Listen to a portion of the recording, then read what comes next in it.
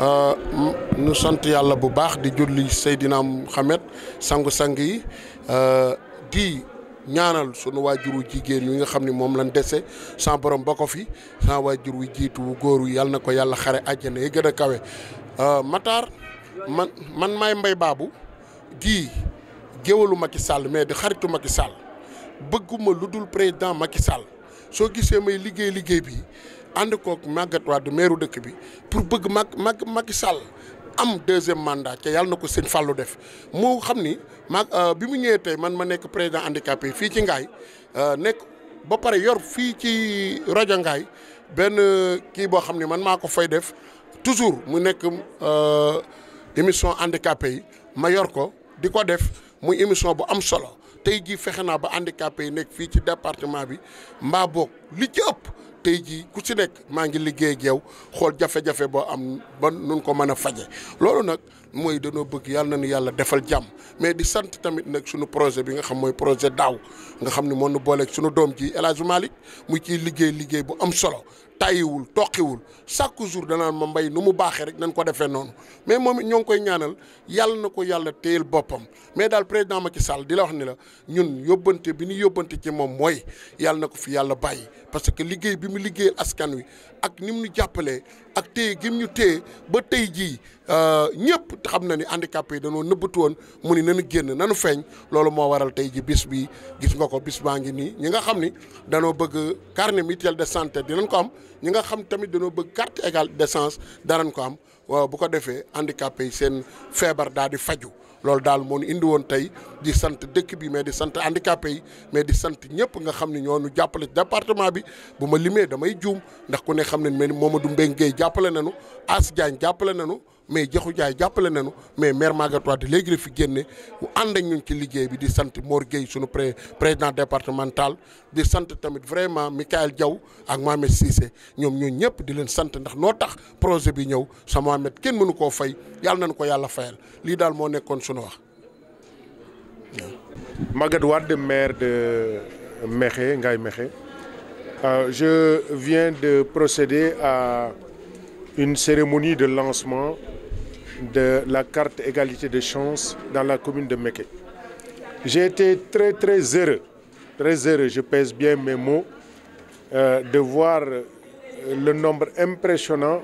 de handicapés présents au cours de cette cérémonie. Cela montre que ma vision sur le handicap est largement partagée par les populations. En quoi consiste cette vision? C'est de dire aux handicapés que vous ne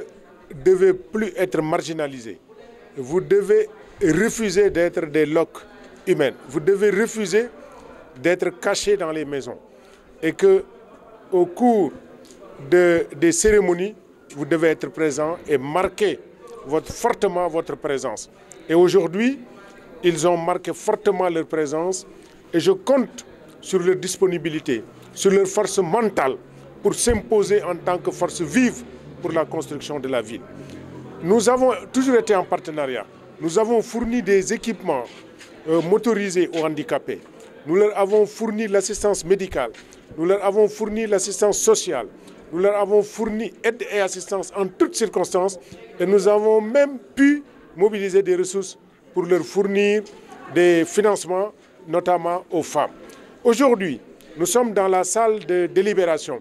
et certains ont eu des difficultés d'accéder à la salle. Et je leur ai promis que dès demain, nous prendrons toutes les dispositions nécessaires pour que l'accès à la salle soit facilité aux handicapés. Et ça, cette salle n'a pas été construite par le maire. Toutes les autres infrastructures qui ont été construites sous mon magistère, notamment la nouvelle mairie et d'autres, sont équipées pour permettre aux handicapés d'y accéder aisément. Et nous allons corriger cela. Et je demande à toutes les collectivités locales du territoire de veiller à ce qu'il y ait une égalité des chances au niveau de l'accès et qu'il y ait également des facilités au niveau des sièges, que ce soit des sièges ergonomiques également, pour permettre aux handicapés de jouer leur partition dans la construction locale. Donc aujourd'hui, je suis heureux de voir que des partenaires comme la Fondation allemande, des fondations comme DAO et le gouvernement notamment, parce que le président Macky Sall a inscrit l'égalité des chances au cœur de ses priorités. Et ces handicapés vont bénéficier de la bourse familiale, vont bénéficier de la carte de mutuelle de santé et vont bénéficier d'autres secours et d'autres assistances que l'État va fournir pour leur permettre d'être des citoyens à part entière. Et ceci est au niveau de la vision de son Excellence le Président de la République, M. Macky Sall. Et nous épousons la même vision et nous nous évertuons à faire que les handicapés puissent accéder à la terre comme tout le monde, puissent accéder à l'emploi. Et nous avons au niveau de notre municipalité des handicapés qui sont des employés à part entière et qui nous donnent satisfaction. Et nous avons même un personnel qui est handicapé, qui ne peut plus jouer son rôle, mais que nous essayons de réinsérer autrement pour lui permettre de ne pas perdre sa chance d'être un employé et d'amener quelque chose dans sa famille. Et je suis très heureux, je suis content de voir les handicapés heureux d'accepter le coup du destin, mais de dire qu'ils ont un mental très fort et nous sommes heureux de les voir disposés à jouer leur partition dans le développement local.